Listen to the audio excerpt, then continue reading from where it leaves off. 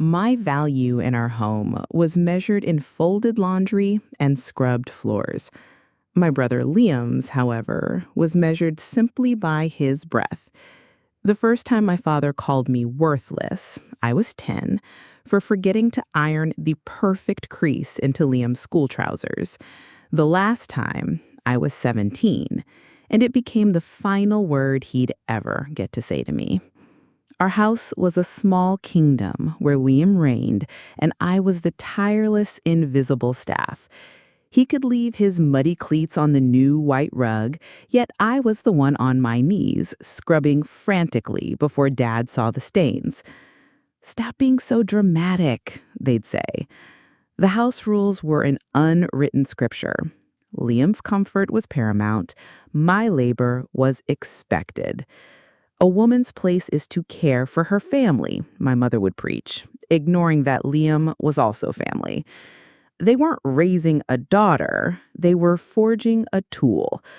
But they made one crucial mistake.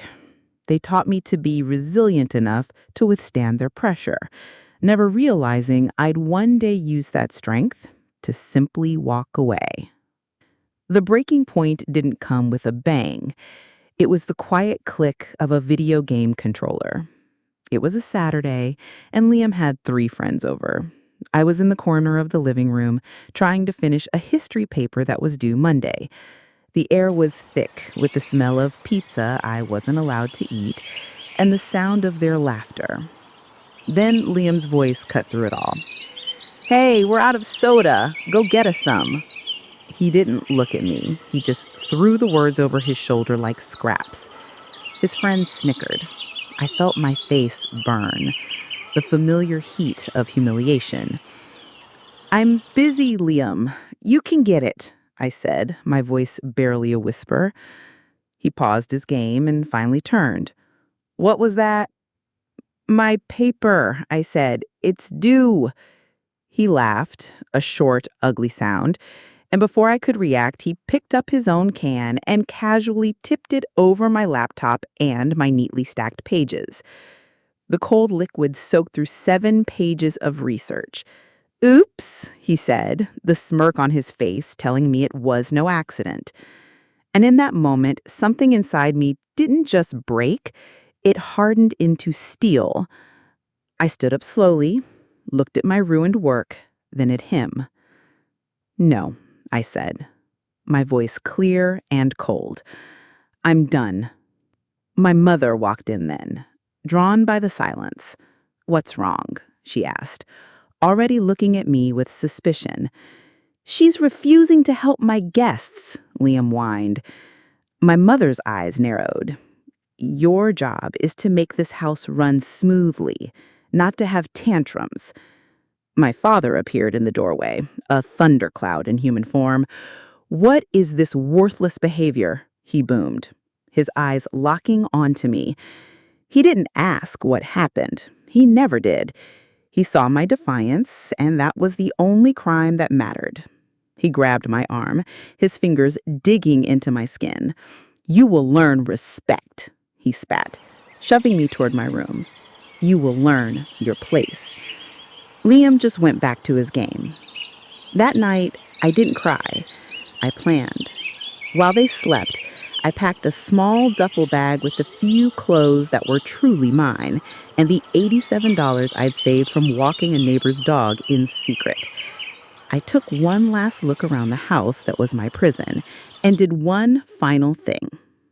I walked into the living room, picked up my mother's favorite porcelain ballerina, the one she dusted every single day, and I left with it. I didn't break it, I just took it, leaving an empty space on the mantelpiece, a quiet, unfillable hole. I walked to my friend Maya's house, the cold night air feeling like freedom. Her parents opened the door, saw my face, and without a single question, her mother wrapped a blanket around me while her father made me a cup of tea. It was the first act of unconditional kindness I'd felt in years, and it was everything. The first call came from Liam the next afternoon. "Where are you? Mom says my football uniform is still in the hamper. I have practice." There was no, "Are you okay?" Just annoyance, just a demand for service. "I guess you'll have to learn how a washing machine works," I said, and hung up before he could respond. The silence that followed was liberating. A week later, the text from my parents began. First, my mother, "This little stunt is over. Come home now." Then my father, "You are embarrassing this family. If you aren't home by Friday, don't bother coming back at all." I screenshotted every word, creating a private gallery of their toxicity. I never replied. Maya's family let me stay in their guest room, insisting I focus on my schoolwork. I rewrote my history paper at their kitchen table and got an A. I got a job as a waitress at a local diner, the kind of place with vinyl booths and a friendly owner named Sal. For the first time, my work had a tangible value. People gave me smiles. They gave me tips. I was earning my own way, and the feeling was intoxicating. The rumors started soon after. I heard from a friend that my parents were telling everyone I had run off, that I was unstable and had fallen in with a bad crowd. It was easier for them to pay me as a villain than to admit they had lost their unpaid servant. One evening, helping Maya's dad carry in groceries, I saw our old neighbor. "Your father looks terrible," she said, shaking her head. "Saw him at the store, buying frozen pizzas. Said Liam is struggling in school now, too." I just nodded, a quiet sense of vindication washing over me. The ultimate confirmation came a month later. I was on my break at the diner when my mother walked in. She looked tired. Her clothes were wrinkled and her hair was a mess. She didn't see me at first. When she did, her face went pale, then twisted into a mask of pure fury. She stormed over to my booth. "So this is what you are now? A common waitress after everything we gave you?" I looked at her, then at my neatly folded apron, at the small stack of tip money by my side. I didn't feel shame. I felt power. I gave her nothing. No anger, no tears, just a calm, steady silence. I let her stare, her rage finding no purchase, before I simply picked up my coffee and walked away. In that moment, I understood. Their chaos was the price of my peace. They hadn't just lost a maid. They had lost the pillar that held up their entire fragile world, and it was just beginning to crumble. They never tried to contact me after that day at the diner. I think seeing me calm, seeing me unaffected, was a language they couldn't counter. Their anger needed my fear to survive, and I had starved it to death. For 6 months, I worked, saved, and healed in the quiet space of Maya's home. The porcelain ballerina I had taken sat on my nightstand, a silent trophy of my escape. But one day I looked at it and felt nothing. It was just an object. I packed it carefully in a small box, drove to the post office, and mailed it back to them. No note, no return address. It was my final message. The thing you cherished is returned. You will not get the person you broke back. It was the period at the end of a sentence I should have written years ago.